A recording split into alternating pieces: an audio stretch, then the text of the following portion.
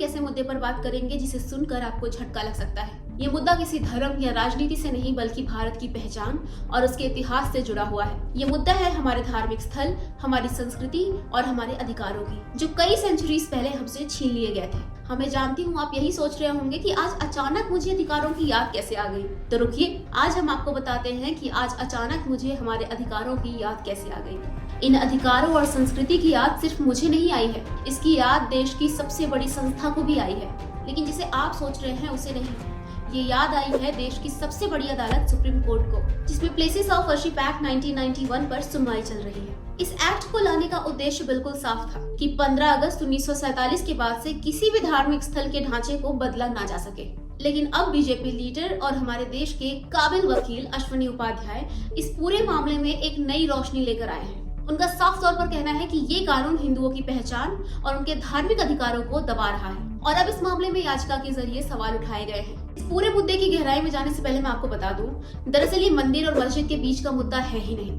ये भारत के इतिहास और हमारे स्वाभिमान की लड़ाई है। इस पूरे मुद्दे को ठीक से समझने के लिए सबसे पहले जानते हैं कि प्लेसेस ऑफ वर्शिप एक्ट आखिर है क्या। जैसा कि हमने बताया कि सुप्रीम कोर्ट की एक bench places of worship act पर इन दिनों सुनवाई कर रही है। इसमें हिंदू पक्ष का कहना है कि ये कानून कॉन्स्टिट्यूशन के आर्टिकल 25 और 26 का उल्लंघन करता है, जो हमें अपने धार्मिक स्थलों को ठीक से मैनेज करने का अधिकार देते हैं। इसके अलावा हिंदू पक्ष का कहना है कि इस कानून में बेस ईयर 1947 ही क्यों रखा गया, उससे 600 या 700 पहले का क्यों नहीं रखा गया। ऐसे में तो मान लेते हैं सन 1200 में कोई इन्वेडर आता है और मंदिर तोड़कर मस्जिद बना देता है, तो आप वर्शिप एक्ट के तहत ये कहेंगे कि 1947 के बाद जिस धार्मिक स्थल का जैसा ढांचा था वैसा ही रहेगा। लेकिन ये साफ साफ एक धर्म के साथ अन्याय है। 1991 में तत्कालीन प्रधानमंत्री पीवी नरसिम्हा राव की कांग्रेस सरकार ने प्लेसेस ऑफ वर्शिप एक्ट बनाया। अब प्लेसेस ऑफ वर्शिप एक्ट के अनुसार 15 अगस्त 1947 यानी आजादी के बाद से किसी भी धार्मिक स्थल में किसी भी तरह के बदलाव नहीं किए जा सकते। उस समय कांग्रेस का कहना था कि मंदिर मस्जिद विवाद के चलते देश का माहौल खराब हो रहा है, जिसके चलते उन्हें ये एक्ट लगाना पड़ा। क्या वाकई? लेकिन जरूरी सवाल यहाँ पर ये है कि क्या गलत इतिहास या गलत फैसले को सुधारने का कोई भी रास्ता नहीं होना चाहिए? देखिए, हिंदू पक्ष का स्टैंड साफ है कि इतिहास में जो अन्याय हुआ है उसे ठीक करना बेहद जरूरी है। हिंदू पक्ष का तो ये भी कहना है कि कांग्रेस का ये एक्ट हिंदू समाज के धार्मिक अधिकारों और राष्ट्र के इतिहास को चोट पहुंचाता है। हाल ही में हुए बेंच हियरिंग में एक और जरूरी मुद्दा उठा। मथुरा से लेकर संभल तक बेंच ने कहा है कि अब प्लेसेस ऑफ वर्शिप एक्ट के होते हुए नए केसेस फाइल नहीं किए जा सकते, और यही फैसला इस डिबेट को और गहरा बनाता है कि इतिहास की गलतियों को सुधारना जरूरी है या उसे छुपाना। कांग्रेस जो हर छोटे बड़े मुद्दों के लिए बीजेपी को दोष देती है, आज हम इनके इतिहास और इनके द्वारा किए गए धार्मिक स्थलों के साथ खिलवाड़ से पर्दा उठाते हैं। कांग्रेस का इतिहास हमेशा हिंदू अस्मिता को दबाने का रहा है, चाहे वो राम मंदिर आंदोलन में रुकावट डालना हो या काशी मथुरा के मुद्दों पर चुप रहना हो। कांग्रेस की नीति हमेशा हिंदू विरोधी रही है। अजमेर शरीफ, ज्ञानवापी और मथुरा, ये सभी उदाहरण कांग्रेस की डबल स्टैंडर्ड को दिखाते हैं। इनकी सत्ता में मुस्लिम वोट बैंक के लिए हमेशा हिंदू धर्म और इतिहास का अपमान होता रहा है। कोई माने या ना माने, लेकिन बीजेपी ने राम मंदिर बनवाकर एक मिसाल दी है कि हिंदू अस्मिता का सम्मान कैसे होना चाहिए।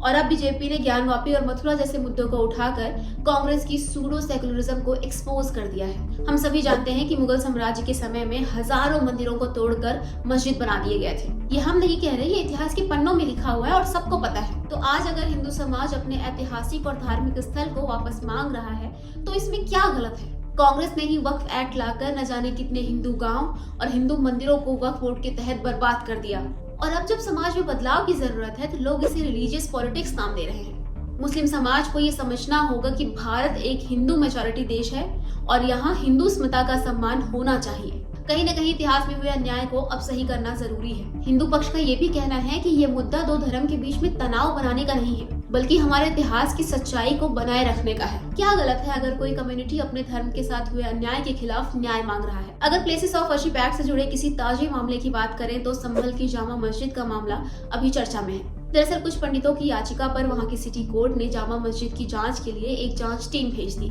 जिसके बाद वहाँ पर हिंसा भड़क उठी और उसी में 4 लोगों की मौत हो गई। संभल हिंसा को लेकर योगी आदित्यनाथ का भी एक बयान सामने आया था। 1978 में 184 हिंदुओं को सामूहिक रूप से जला दिया गया। 184 हिंदुओं को हत्या हुई थी, हिंदुओं की हत्या हुई थी। हिंदुओं को सौहार्द के बारे में चर्चा करने में हिंदू धर्म के अनुसार भगवान विष्णु आने वाले समय में संभल में ही अपने कल्कि अवतार में जन्म लेंगे। इसीलिए संभल का न केवल गहरा धार्मिक बल्कि राष्ट्रीय महत्व भी है। लेकिन संभल का इतिहास कई अन्यायों से भरा हुआ है। मुगल काल में भारत के कई धार्मिक स्थल तोड़कर उनको मस्जिदों में बदल दिया गया। संभल की शाही जामा मस्जिद का इतिहास भी कुछ ऐसा ही है। कहा जाता है कि मुगल शासक बाबर ने अपने समय में कई मंदिरों को तोड़कर उन्हें मस्जिद में बदल दिया था, जिसमें से शाही जामा मस्जिद भी एक है, जो 1529 में हरिहर मंदिर को तोड़कर बनाया गया था, जो हिंदू समाज के लिए एक बड़े अपमान का कारण बना। हिंदू समाज केवल इतना ही चाहता था कि इस जगह को उसके असली धार्मिक महत्व के साथ वापस दे दिया जाए। हिंदू पक्ष का कहना है कि अगर उनके धार्मिक और ऐतिहासिक स्थल उन्हें वापस नहीं दिए जाते हैं तो ये उनके अधिकारों के साथ अन्याय होगा। आपका ये समझना बेहद जरूरी है कि हिंदू समाज किसी भी धर्म या कम्युनिटी के खिलाफ कोई नफरत नहीं फैला रहा है, बल्कि अपने ऐतिहासिक अन्यायों को सुधारने की कोशिश कर रहा है। लेकिन आपका जानना जरूरी है कि केवल संभल ही नहीं, संभल जैसे कितने सारे पेंडिंग केसेस चल रहे हैं। सुप्रीम कोर्ट में प्लेसेस ऑफ वर्शिप एक्ट के तहत अब नए मंदिर मस्जिद डिस्प्यूट रजिस्टर नहीं किए जा सकते, लेकिन अभी भी 10 ऐसे पेंडिंग केसेस हैं जो इतिहास और धार्मिक अधिकारों पर सवाल खड़े करते हैं। क्या अब इन केसेस का नतीजा निकल पाएगा? आइए इन पर एक नजर डालते हैं। बनारस की ज्ञानवापी मस्जिद का मामला 1991 में आदि विश्वेश्वर मंदिर की तरफ से एक केस फाइल की गई थी, जिसमें क्लेम किया गया था कि मस्जिद को काशी विश्वनाथ मंदिर की जगह पर बनाया गया है। इसके बाद 2021 में 5 हिंदू महिलाओं ने एक केस फाइल करते हुए डिमांड किया कि उन्हें अपने भगवान की पूजा करने की परमिशन दी जाए, जो ज्ञानवापी मस्जिद के अंदर है। 2023 में बनारस की सिटी कोर्ट ने ASI सर्वे का ऑर्डर दिया। सर्वे के दौरान ऐसे कुछ अवशेष पाए गए जिससे ये पता चलता था कि मस्जिद के पहले वहां मंदिर था, और इसी को ध्यान में रखते हुए भक्तों को तहखाने की पूजा करने की परमिशन मिल गई। लेकिन मंदिर मस्जिद केस पर अभी भी सुनवाई चल रही है, इस पर फैसला नहीं हो पाया है। अब बात करते हैं बाकी 9 मुद्दों की।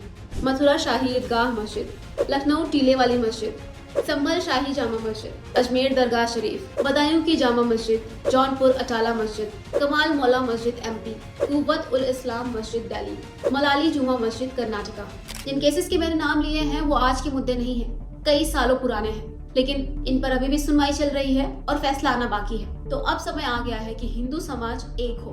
काशी मथुरा ज्ञानवापी के ये मुद्दे केवल धार्मिक नहीं, राष्ट्रीय अस्मिता का प्रश्न है, और इन सबको लेकर बीजेपी का स्टैंड तो क्लियर है। अयोध्या शुरुआत है, काशी मथुरा बाकी है। हिंदू एकता से ही भारत का इतिहास और अस्मिता सुरक्षित रहेगी।